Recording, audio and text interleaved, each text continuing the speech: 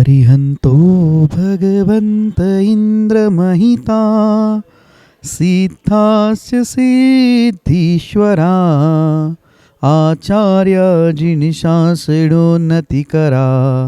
पूजा उपाध्यायका श्री सिद्धांत सुपाठका मुनिवरा रत्नत्रयाराधका पंचेते परमेष्टिना प्रतिदिनं कुर्वन्तु ते मंगलम। अनंत अनंत परम सिद्ध भगवान की जय। 1000 श्री आदिनाथ भगवान की जय। अंतिम तीर्थेश भगवान महावीर स्वामी की जय। आचार्य भगवान गुरुवर श्री विशुद्ध सागर जी महाराज की जय। सम्यक समाधान प्रदाता मुनिषि सुप्रभ सागर जी महाराज की जय। मुनिषि प्रणत सागर जी महाराज की जय। जय जन बंधुओं, हम सभी यहाँ उपस्थित हुए हैं देश के लोकप्रिय कार्यक्रम सम्यक समाधान के लिए। एक ऐसा कार्यक्रम, एक अनूठा प्लेटफॉर्म जिसके माध्यम से हम सभी के मन में उठने वाले जो विकल्प है उस विकल्पों का सम्यक समाधान मुनिश्री अपने मुखारविंद से हम सभी को प्रदान करते हैं। कितने अहोभाग्य के वो क्षण होंगे जिस क्षण में अपने मन में उठने वाले विकल्पों का समाधान पंचम परमेष्टि साधु परमेष्टि के मुखारविंद से हम सभी को प्राप्त होता है। अगर आप इस कार्यक्रम से जुड़ना चाहते हो या कार्यक्रम के माध्यम से अपने मन में उठने वाले विकल्पों का समाधान चाहते हो तो कार्यक्रम में नीचे जो पट्टी पे स्क्रॉल पे या फ्लिप पे जो हमारे नंबर चल रहे हैं, हमारे ईमेल आईडी है, उसके माध्यम से आप अपना विकल्प हम तक पहुंचा सकते हैं। उस विकल्पों को एकत्रित करके मुनिषी तक पहुंचाया जाएगा। वो मुनिषी के मुखारविंद से हम सभी लोग सम्यक समाधान प्राप्त करेंगे। सम्यक समाधान के माध्यम से आप अपने विकल्पों का समाधान प्राप्त कर ही सकते हैं एवं उस विकल्प के कारण अन्य लोगों के मन में जो विकल्प है उसके विकल्पों का भी समाधान हम सभी प्राप्त कर सकते हैं। तो आप जल्द से जल्द अपने मन में उठने वाले विकल्पों को हम तक पहुंचाएं और हम सभी लोग उस विकल्प का सम्यक समाधान मुनिषी के मुखारविंद से प्राप्त करेंगे। मुनिषी के चरणों में नमोस्तु करते हुए आज के उस कार्यक्रम को, लोकप्रिय कार्यक्रम की शुरुआत करते हैं। मुनिषी प्रणत सागर जी महाराज से निवेदन करते हैं कि हे स्वामी, आज के कार्यक्रम को गति प्रदान करते हुए संचालित करें। नमोस्तु नमोस्तु नमोस्तु। ओम नमः सिद्धेभ्यो। नमो नमः सत्हितंकराय वीराय भव्याम्बुजभास्कराय अनंतलोकाय सुरार्चिताय देवादिदेवाय नमो जिनाय देवादिदेवाय नमो जिनाय। पंच परमेष्टि भगवान की, परम पूज्य आचार्य भगवंत गुरुवर विशुद्ध सागर जी मुनि महाराज जी की, परम पूज्य मुनि श्री सुप्रभ सागर जी महाराज जी की।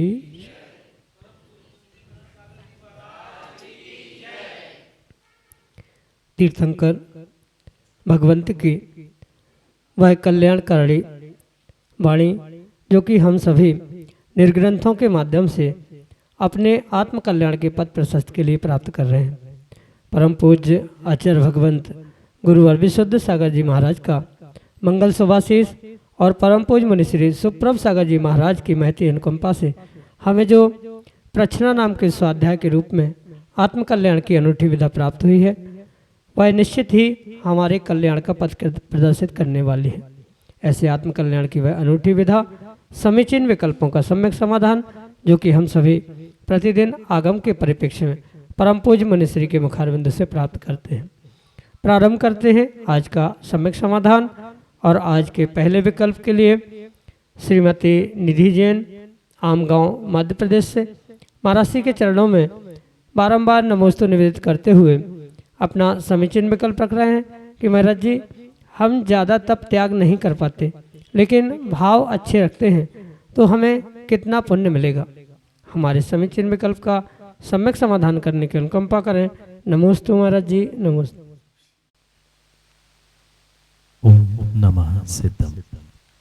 परम पूज्य आचार्य भगवान गुरुवर विशुद्ध सागर जी महाराज की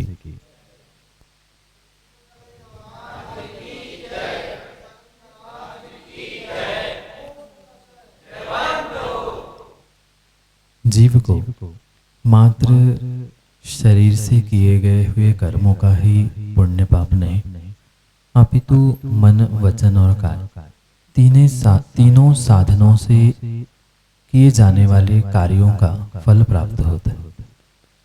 इसलिए भले ही कोई शरीर से तपस्या कर पाए नहीं कर पाए, क्योंकि बहिरंग तप और अंतरंग तप ये दोनों प्रकार के तप आचार्य भगवंतों ने कहे। और माना कि किसी की त्याग तपस्या शरीर से यानी बहिरंग तप रूप नहीं होने पर भी वह अपने भावों को व्यवस्थित करते हुए अंतरंग तप भी तपता है, तो वह की निर्जरा अवश्य ही प्राप्त कर सकता है। साथ में ये भी ध्यान रखना होगा कि अच्छा कार्य नहीं कर पाना और मात्र अच्छे भाव रख लेना सर्वथा उससे भी काम नहीं होगा। ऐसा अगर सोचे कि हमारे भाव तो अच्छे हैं, हम भोजन करेंगे नहीं पर अच्छे भावों से ही या भोजन करने के अच्छे विचारों से ही पेट भर जाएगा, तो ये भी संभव नहीं होता। दोनों में हमें व्यवस्थित प्रकार से तालमेल बिठाने की आवश्यकता है। आचार्य भगवंत इसीलिए 16 कारण भावनाओं में 2 भावनाओं को समझाते हुए कहते हैं, शक्तितः त्याग और शक्तितः तप। शक्ति जितनी है उतना त्याग और दान और तपस्या प्रत्येक श्रावक को ही नहीं अपितु साधुओं को भी करने की आवश्यकता है। पर ये अवश्य ध्यान दे कि शक्ति के अनुसार का मतलब शक्ति से अधिक भी नहीं करना और शक्ति से कम भी नहीं करना। जितनी शक्ति है उस शक्ति के अनुसार प्रत्येक जीव को त्याग, दान, तपस्या आदि प्रत्येक कार्य करना उनके आवश्यकों में, विशेष करके श्रावकों के उन 6 कर्तव्यों में आवश्यकों में निर्धारित होने से करना अनिवार्य ही हुआ करता है।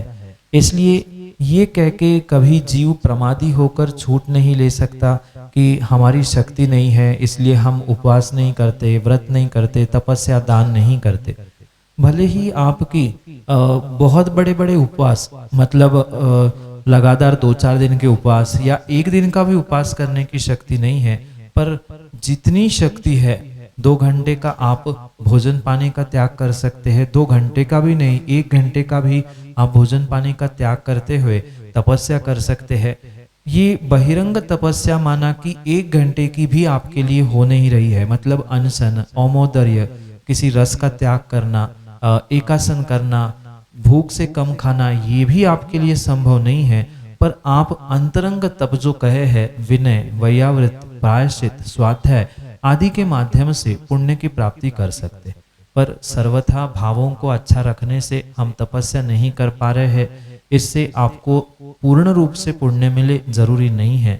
जबकि मन, वचन, काय तीनों से आपको पुण्य पाप का आश्रय होता रहेगा। भाव अच्छे हैं उसका पुण्य तो मिलेगा, पर आपकी शरीर की क्रिया, वचन, इसके माध्यम से आप अशुभ का पाप का आश्रय करोगे और पाप के शक्तियांश अधिक होने से पुण्य कम होने की संभावना वहां पर अवश्य ही होती है।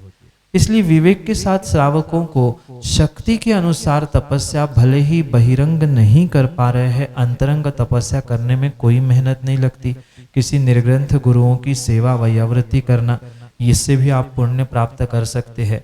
इतना ही नहीं, अपितु आप विनय करते हुए जो आपसे ज्येष्ठ श्रेष्ठ है उनकी विनय करते हुए भी बहुत सारा पुण्य, तपस्या करते हुए बहुत सारे कर्मों की निर्जरा प्राप्त कर सकते। ग्रंथों का स्वाध्याय करते हुए भी भावों को अच्छा रखते हुए आप अंतरंग तपस्या के माध्यम से पुण्य की प्राप्ति, पापों की निर्जरा आदि कर सकते हैं। ये सब कुछ समझते हुए ही विवेक पूर्वक आपको अपनी इस आत्म साधना में भले ही बहिरंग रूप से नहीं पर अंतरंग रूप से भावों की विशुद्धि के साथ, अच्छे भावों के साथ इन तपस्याओं को भी करना आवश्यक है। अन्यथा सामान्य रूप से अच्छे भावों से मिला हुआ पुण्य बुरे कामों से विपरीत तपस्या के विपरीत कार्य करने से, विषय भोगों में लगने से अवश्य ही कम हो सकता है, वह पाप की वृद्धि अधिक हो सकती है। इसलिए विवेक पूर्वक दोनों में बैलेंस बनाते हुए शक्तितः त्याग और शक्तितः तप यानी शक्ति के अनुसार तपस्या और शक्ति के अनुसार त्याग करने की आवश्यकता है। यही आपके लिए सम्यक समाधान। श्रीमती अभिलाषा राजेश जैन, जुन्नारदेव मध्य प्रदेश से अगले समीचीन में कल्प करें। अभिलाषा राजेश जैन, जुन्नार देव से। नमोस्तु महाराज जी, नमोस्तु। मेरा क्वेश्चन है महाराज जी, पशुओं को, पक्षियों को रोटी दान देने का क्या फल है? जैसे कुत्ता हुआ, गाय, कौआ, कबूतर इत्यादि। नमोस्तु महाराज जी, नमोस्तु। पशु पक्षियों को जो दाना पानी रोटी भोजन आदि दिया जाता है उससे पुण्य अवश्य ही लगता है, पाप किसी भी प्रकार से नहीं लगता। अगर वह दान आपने विवेक पूर्वक किसी ऐसे तिर्यंच, ऐसे पशु पक्षी को दिया हो जो अपने उस जीवन में विपरीतता को प्राप्त नहीं करता। कहने का तात्पर्य ये है कि उन तिर्यंचों के लिए दिया गया वह दान दया दत्ते के रूप में आगम में पुण्य की क्रिया के अंतर्गत ही स्वीकार किया। पर माना कि आपने किसी श्वान को, कुत्ते को भोजन करा दिया और वह आपके भोजन से पुष्ट होते हुए किसी दूसरे जीव पर हमला करते हुए उसने किसी जीव को मार दिया, खा लिया, तो उसका कहीं ना कहीं पाप आपको भी लगेगा, क्योंकि उसको भोजन कराने से आपने जो पुष्ट किया है उसके माध्यम से उसने जो हिंसा की है वह आपको कृतकारी तान्मोदना के निमित्त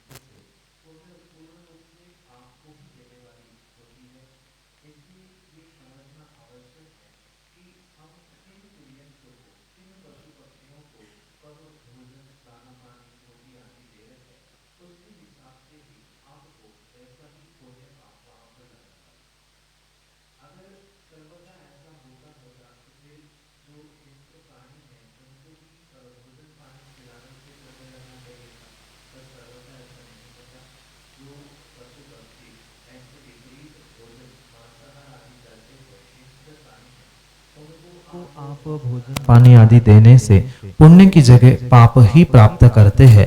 इसलिए ये विवेक पूर्वक कार्य करने की आवश्यकता है कि आप किसको रोटी खिला रहे हैं, किसको दाना पानी दे रहे हैं, ये समझते हुए ही उसका पुण्य पाप रूपी फल मिलता है। क्योंकि सभी मनुष्यों को भी दिया हुआ दान या सभी मनुष्यों के लिए दी गई भी कोई भोजन की सामग्री समान रूप से ही पुण्य देने वाली या समान रूप से पाप देने वाली नहीं होती है। वह व्यक्ति, वह मनुष्य उस दान की सामग्री का, भोजन का किस प्रकार से प्रयोग करता है उस पर निर्भर करता है कि आपको उसका पुण्य मिलता है कि पाप मिलता है। मात्र मनुष्यों के साथ नहीं, यही बात पशु पक्षियों के साथ भी होती है। वह जिस प्रकार से आपके भोजन का प्रयोग करेगा, उसका उपयोग, सदुपयोग, दुरुपयोग करेगा, वैसा ही आपको पुण्य पाप प्राप्त होता है। इसलिए विवेक पूर्वक ही उनको रोटी दाना पानी देते हुए अपने पुण्य पाप के फल के बारे में सोचकर ही आपको दया दत्ती यानी दूसरे पर दया करने की आवश्यकता है। यही आपके लिए सम्यक समाधान। अशोक जैन, जुन्नारदेव मध्य प्रदेश से अगले समीचीन विकल्प के लिए। खेत में जाने के लिए क्या करना होगा और 2.5 जीव के बाहर जीव होते हैं? विदेह क्षेत्र में जहाँ 20 विद्यमान तीर्थंकर हमेशा ही विराजमान रहते, ऐसे उस पुण्य क्षेत्र में पहुँचने के लिए जीव को नियम से सातिशय पुण्य करने की आवश्यकता है। और जरूरी नहीं है कि वह वर्तमान में इस मनुष्य पर्याय से ही विदेह पहुँचे। सर्वोत्कृष्ट बात तो आगम में यही कही है, विदेह जाने के लिए यहाँ से सबसे पहले पुण्य, त्याग, तपस्या, देवशास्त्र गुरु की आराधना, षड आवश्यकों का पालन आदि के माध्यम से आप देवगति को प्राप्त करें और वहाँ पुनः सम्यक पुरुषार्थ, सम्यक दर्शन के माध्यम से करते हुए वहाँ से च्युत होते हुए विदेह क्षेत्र जाने की आवश्यकता या विदेह क्षेत्र जाने का पुरुषार्थ किया जा सकता है। क्योंकि मनुष्य से मनुष्य बनने में नियम से जीव का सम्यक छूटता है, वह मिथ्यात्व को प्राप्त करता है। इसलिए ऐसा आचार्य भगवंतों ने कहा है कि विदेह क्षेत्र में अगली पर्याय में पहुंचना है, आने वाली पर्यायों में पहुंचना है, तो सबसे पहले यहाँ से मनुष्य से देव पर्याय में पहुँचे और देव पर्याय से पुनः पुरुषार्थ करते हुए उस विदेह क्षेत्र में पहुँचने का पुरुषार्थ या कुछ परिक्रम उपक्रम करने की आवश्यकता होती है। वर्तमान में किसी भी प्रकार से आप विदेह क्षेत्र में इस मनुष्य पर्याय से नहीं पहुंच सकते हैं, क्योंकि मात्र ये जो वर्तमान की सीमा है वह भले ही पूर्ण रूप से आगम में 2.5 द्वीप की सीमा कही है मनुष्यों के लिए, पर ये परम सत्य समझे कि विदेह क्षेत्र में पंचम काल में मनुष्य बनकर नहीं जाता था। पिछले कालों में चौथे काल में कथनचित किसी देवों के माध्यम से, किसी रिद्धि सिद्धि के माध्यम से आप भरत क्षेत्र से विदेह क्षेत्र में तीर्थंकरों के दर्शन आदि करने के लिए जा सकते थे, पर पंचम काल में भरत क्षेत्र के बाहर कोई भी जीव नहीं जा सकता। और भरत क्षेत्र तो मैं बहुत बड़ा कह रहा हूँ, वर्तमान का पंचम काल का जीव इतने क्षीण पुण्य के कारण से वह आर्य खंड को छोड़कर भी बाहर नहीं जा सकता। कई जीवों के साथ तो आपने प्रत्यक्ष देखा होगा कि वे अपने देश को क्या, प्रांत को क्या, अपने छोटे से देहात गांव नगर को भी छोड़कर जीवन में कभी बाहर नहीं जा सकते। इतने क्षीण पुण्यता वर्तमान के जीवों की होने के कारण से विदेह क्षेत्र में जाने की शक्ति वर्तमान पर्याय में किसी भी मनुष्यों के पास नहीं है। अगली पर्याय में ही विदेह क्षेत्र में जाया जा सकता है।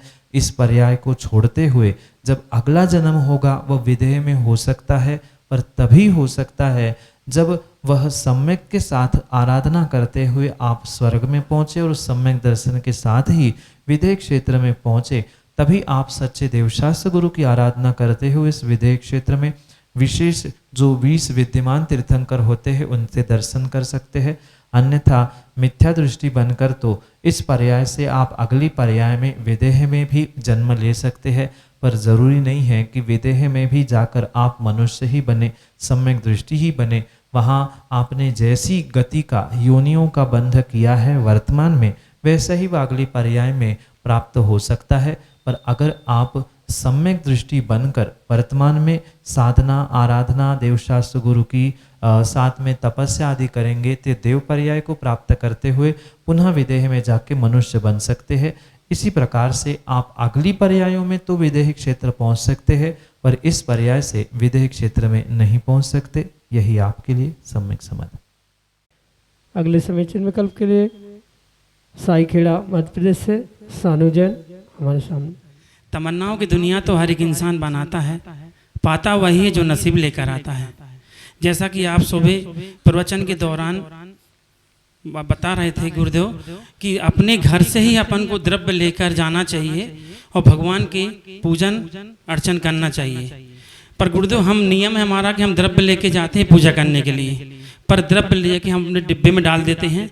पर हम तीनों भाइयों का नियम है, हमारे पूरे परिवार का, हम द्रव्य को इकट्ठी ले जाकर हर महीने, कमती कभी नहीं है, पूरा डिब्बा भर के एडवांस रखते हैं महाराज जी। तो क्या ये सही है या गलत है? और मंदिर के द्रव्य से निकाल के हम थाली लगाते हैं और पूजन पाठ करते हैं। नमस्ते गुरुदेव। जैसे मैंने कल भी कहा था कि श्रावकों के लिए सच्चे देवशास्त्र गुरु के दर्शन के लिए जाते समय किसी भी प्रकार से खाली हाथ नहीं जाना चाहिए। जो हमारी शक्ति है, शक्ति के अनुसार चावल, श्रीफल कुछ नहीं है तो कुएं का प्राशुक जल वह समर्पित करने के लिए स्वयं की शक्ति के अनुसार ले जाने की आवश्यकता है। पर उस द्रव्य को ले जाते समय ये भी परम आवश्यक है कि वह द्रव्य स्वयं की ही होना ये आवश्यक है। इसलिए आप अगर किसी भी प्रकार से ये सोचे कि हम दूसरे के द्रव्य से पूजा पाठ करें तो उसका फल आपको मिलने वाला नहीं है। पर जैसे वर्तमान में मंदिर की व्यवस्थाएं है कि सबका द्रव्य एकत्रित किया जाता है, एक द्रव्य डिब्बे में फिर सूखी द्रव्य रखी जाती है, फिर कोई एक आता है उससे साथ में धोकर 4-5 2-4 थाली लगा लेता है। तो ये परम सत्य समझे कि अगर आपको स्वयं के द्रव्य से की गई पूजा का फल चाहिए तो उसे भी स्वयं के विवेक पूर्वक ही शोधन प्राशुक करने की आवश्यकता है। जैसे कि आपने अपने मंदिर की व्यवस्था के विषय में कहा है, तो वहाँ भी ये ध्यान रखना होगा कि भले ही आपने जो द्रव्य कुछ महीने पहले या कुछ दिन पहले ही एकत्रित की है, तो उसको आपको स्वयं की द्रव्य होने से विशेष अंतर नहीं पड़ेगा। पर आपने अगर पूजा करने के लिए स्वयं की थाली लगाई है तो उसको आपका विशेष फल मिलेगा, और आपने आपके भाइयों के लिए, अन्य लोगों के लिए भी थाली बना के रखी है, वह पूजा करेंगे तो उनका उतना विशेष पुण्य नहीं होगा जितना कि आप स्वयं के द्रव्य को धोकर वहाँ थाली आदि लगाकर पूजा करते, क्योंकि वहाँ आपकी ही द्रव्य रखी गई है, तो वह तो आपको स्वयं के द्रव्य समर्पित करने का तो पुण्य दे सकती है, पर कायदा जो आगम में लिखा है उसे हमें विवेक पूर्वक समझने की आवश्यकता है। घर से द्रव्य लाने का मतलब जरूरी नहीं है कि हम कुछ प्रतिदिन विशेष ले आए, पर यह भी ध्यान रखना होगा कि चावल के रूप में या अन्य सामग्री के रूप में आपने वहाँ पहले ही द्रव्य रखी है, पर आप आगम के परिप्रेक्ष्य में मंदिर में तो खाली हाथ ही जा रहे हैं। भले ही पूजा कई द्रव्य आप वहीं से शोधन करें, वहीं से धोए, वहीं से थाली लगाए, पर प्रतिदिन घर से जाते हुए कुछ न कुछ छोटी मोटी द्रव्य, जैसे श्रीफल है, एक आध बादाम है, सुपारी है, या कोई भी छोटी सी द्रव्य वहाँ ले जाकर आप समर्पित करें, और फिर पूजन के वस्त्र बदलते हुए प्राशुक द्रव्य करें, पानी करें आदि फिर कार्य करें, तो वह आपके लिए विशेष पुण्यदायी होगा। ऐसा करने से, जबकि वह द्रव्य आपकी होने से आपको पाप लगने वाला नहीं है, पर अधिकस्य अधिकम फलम, यानी जितना विशेष करेंगे उतना विशेष फल उसके निमित्त से हमें प्राप्त होगा। इसलिए विवेक पूर्वक वह आपने जो पूर्व में द्रव्य रखी है, वह चूँकि वहाँ कोई अन्य आता ही नहीं है, आपके ही परिवार और परिवार का मंदिर आदि व्यवस्था है, तो उसे आपका दूसरे का द्रव्य चढ़ाने का पाप नहीं लगेगा, पर स्वयं का द्रव्य घर से ले जाओगे और फिर समर्पित करके उस पूजा के लिए वहाँ का द्रव्य लोगे, तो वह आपके लिए विशेष पुण्यदायी हो सकता है। यही आपके लिए सम्यक समझ। श्रीमती अंजना जैन, जो नारदेव मध्य प्रदेश से, अगले समीचीन विकल्प के। मेरे गुरुवर को कोटि कोटि वंदन, कोटि कोटि। हे गुरुवर, मेरे जीवन की फेसबुक क्या है? माँ, जैसे मोबाइल में फेसबुक होती है, ऐसे ही जीवन का फेसबुक अगर कोई है तो जीवन का स्वयं का चरित्र है, कैरेक्टर है। जितना उसका कैरेक्टर, चरित्र व्यवस्थित होगा, उतना ही उसके जीवन का वह फेसबुक कह दो या जीवन का दर्पण स्वच्छ होता है। इसलिए मोबाइल में कितने ही प्रकार का फेसबुक आदि ऐप क्यों ना हो, पर जिस व्यक्ति का चरित्र, कैरेक्टर बहुत अच्छा होता है, उसका जीवन का फेस और फेसबुक दोनों भी बहुत अच्छे होते। भले ही फेसबुक एक संज्ञा है, पर जो चरित्र के साथ अपने जीवन को, कैरेक्टर को व्यवस्थित रखने का पुरुषार्थ करता है, उस कैरेक्टर रूपी फेसबुक के माध्यम से ही वह अपने जीवन को व्यवस्थित कर सकता है। क्योंकि जैसा उसका कैरेक्टर या चरित्र होता है, वैसे उसकी सोच होती है, वैसे उसकी विचारधाराएं होती है, वैसे उसकी क्रियाएं होती है, और उसी प्रकार से उसका जो क्रियाकलाप होता है, उसी हिसाब से उसके लिए कर्मों का, पुण्य पाप का आश्रयबंध भी हुआ करता है। इसलिए जीवन की अगर कोई फेसबुक है तो वह मात्र व्यक्ति का कैरेक्टर या व्यक्ति का चरित्र है, अन्य नहीं, अन्यथा नहीं। यही आपके लिए सम्यक समझ। रेखा दिलीप जैन, जुन्नारदेव मध्य प्रदेश से। रेखा दिलीप जैन, जुन्नारदेव। गुरुवर के चरणों में त्रैबार नमस्तु। महाराज जी, मेरा प्रश्न है कि चक्रवर्ती की 96,000 रानियाँ होती है, जिसमें 32,000 रानियाँ मलेच्छ खंड की होती है, तो मलेच्छ खंड का आचरण कैसा होता है? कृपया समाधान कीजिए। प्रत्येक क्षेत्र में आगम्य आचार्य भगवंत ने कर्म भूमि के निमित्त से विशेषता से 2 प्रकार के खंड कहे। जैसे भरत क्षेत्र और ऐरावत क्षेत्र के निमित्त से आर्यखंड और म्लेच्छ खंड, इन 2 प्रकार के क्षेत्रों की या स्थानों की जो परिकल्पना आगम में बताई है, वहाँ मुख्यतः से ये भेद उन जीवों के क्रियाकलाप या बर्ताव, चारित्र आदि के निमित्त से ही कहे जाते हैं। जो आर्य यानी श्रेष्ठता को प्राप्त करने वाले हैं, जिनके जीवन यापन की, जिनके जीवन जीने की जो व्यवस्था है, जो तरीका है, जो विशिष्ट होता है, श्रेष्ठ होता है, उन्हें ही आर्य कहा जाता है। और जिनका धन कमाने का, जीवन यापन करने का जो कार्य होता है वह कहीं न कहीं म्लेच्छ यानी नीच प्रकार का होता है, उन्हें ही म्लेच्छ जीव कहा जाता है। आगे में दो प्रकार के म्लेच्छ जीवों का वर्णन है। एक जन्म से जो म्लेच्छ खंड में जन्मते हैं वे तो म्लेच्छ है ही, पर आर्य खंड में जन्मने के बाद भी यानी श्रेष्ठ कुल, श्रेष्ठ खंड, श्रेष्ठ स्थानों में जन्मने के बाद भी जो म्लेच्छों जैसे कार्य करते हैं, निम्न प्रकार के कार्य करते हैं, वह म्लेच्छ ही कहलाते हैं। जैसे किसी जीवों को खा लेना, जीवों की हिंसा कर लेना, ये जो कार्य होता है, शराब बनाना, शराब पीना, मांस मदिरा आदि का सेवन करने के साथ उसको बेचना आदि आदि, ये कार्य जो निम्न तरीके के कहे जाते हैं वही म्लेच्छों के कार्य हुआ करते। और ऐसे म्लेच्छों के कार्यों के निमित्त से ही वह म्लेच्छ कहलाते हैं। इसलिए जो दो प्रकार के म्लेच्छ कहे गए हैं, एक जन्म से और एक कर्म से, तो जो आर्यखंड में होते हैं वे तो मात्र कर्म म्लेच्छ यानी कर्म विपरीत करने से वह म्लेच्छ कहलाते हैं। पर जो 96,000 रानियों में जो म्लेच्छ खंड से रानियों को वह चक्रवर्ती ले आते हैं, जिनके साथ उनका पूर्व कर्म का, पूर्व जन्मों का नियोग हुआ करता है, उनके वह साथ ये भी समझना होगा कि वे जन्म से वहाँ म्लेच्छ होते ही है। और यहाँ जैसे ही वह चक्रवर्ती ले आता है, पहले उनकी पूरी कुल शुद्धि, उनकी जन्म शुद्धि आदि बहुत सारी संस्कारों के माध्यम से, नियम संकल्प आदि के माध्यम से कराता है, और उसके उपरांत ही वह विवाह आदि करता है। इसलिए जो म्लेच्छ है, जन्म से है, कर्म से है, वे म्लेच्छ खंड में रहते हैं। उनका जन्म भी वहाँ हुआ, उनके कार्य भी म्लेच्छ यानी निम्न तरीके के होते हैं। हिंसक व्यापार करना, हिंसक जीवों को पालना पोसना, उनका भोजन करना, हिंसक जीवों का ही सेवन करना आदि कार्य उन म्लेच्छ जीवों का हुआ करता है। म्लेच्छ खंड के रानियों का भी पहले ऐसा ही बर्ताव होता है, यहाँ आके वह बदली जाती है, उनके संस्कार किए जाते हैं, उन्हें नियम संकल्प दिया जाता है, फिर विवाह होता है। यही आपके लिए सम्यक समाधान। जय जन बंधुओं, हम सभी लाभ ले रहे थे लोकप्रिय कार्यक्रम सम्यक समाधान का। प्रतिदिन की भांति यह कार्यक्रम 5:13 पे यूट्यूब चैनल सुप्रभ वाच के माध्यम से प्रसारित होता है।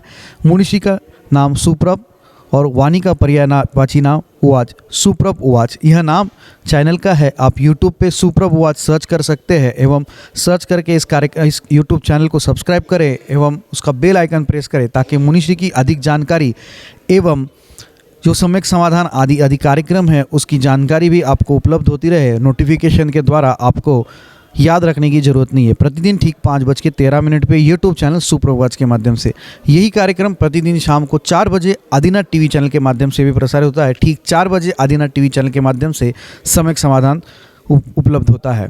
शाम को 7:40 पे जिनवा टीवी के माध्यम से मुनिषी के प्रवचन विगत चातुर्मास्थली विदिशा में सुक्ति मुक्तावली इस अद्भुत ग्रंथ पे हुए थे। उस प्रवचनांश प्रतिदिन शाम को 7:40 पे जिनवा टीवी के माध्यम से प्रसारित होते हैं। आप सभी लोग घर बैठे सुक्ति मुक्तावली इस ग्रंथ का स्वाध्याय करते हुए मुनिषी के वाणी का लाभ ले सकते हैं। प्रतिदिन 2:30 पे 2:30 बजे मुनिषी के प्रवचन आदिनाथ टीवी चैनल के माध्यम से भी प्रसारित होते हैं। आप सभी लोग दोपहर को 2:30 पे आदिनाथ टीवी चैनल के माध्यम से भी मुनिषी के प्रवचन का लाभ ले सकते हैं। आज के लिए इतना ही। मुनिषी के चरणों में कोटिशा नमोस्तु करते हुए आज के इस लोकप्रिय कार्यक्रम को यहीं पे विराम देते हैं। नमोस्तु नमोस्तु नमोस्तु।